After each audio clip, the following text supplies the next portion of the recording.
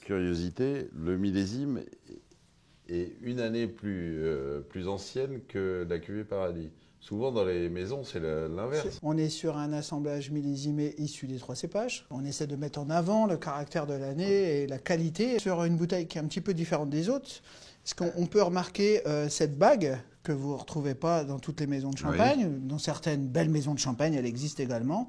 Ce qu'on appelle une bague carrée. Donc elle a été mise en bouteille avec un bouchon et non pas fermé hermétiquement par une capsule. Ce bouchon va quand même nous permettre, encore une fois, de préserver la fraîcheur. C'est-à-dire qu'à la dégustation, on a eu l'occasion, avec mon père, de faire de nombreuses fois des vins issus de la même cuve, fermés de différentes façons.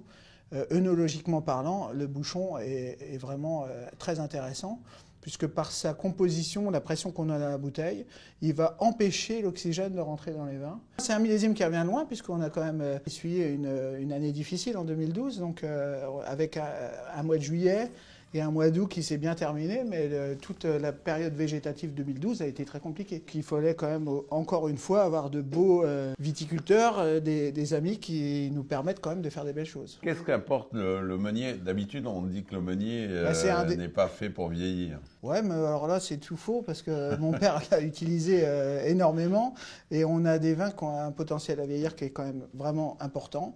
Le pinot meunier, c'est plus champenois des cépages, finalement, et il ne faut pas l'oublier. Donc ça, c'est important. Le côté très accessible, des belles origines très fruité, Vallée de Marne, tout simplement. Marne, beaucoup à Damery, Venteuil, Reuil. Ouais. Après, on va jusqu'à Verneuil et on a aussi sur la rive gauche de la vallée de la Marne, mais avec une belle exposition, une belle source depuis toujours à Levrigny. Ce qui est bien avec Alfred Gracien, c'est qu'on a vraiment le catalogue de toutes les belles origines de la Champagne.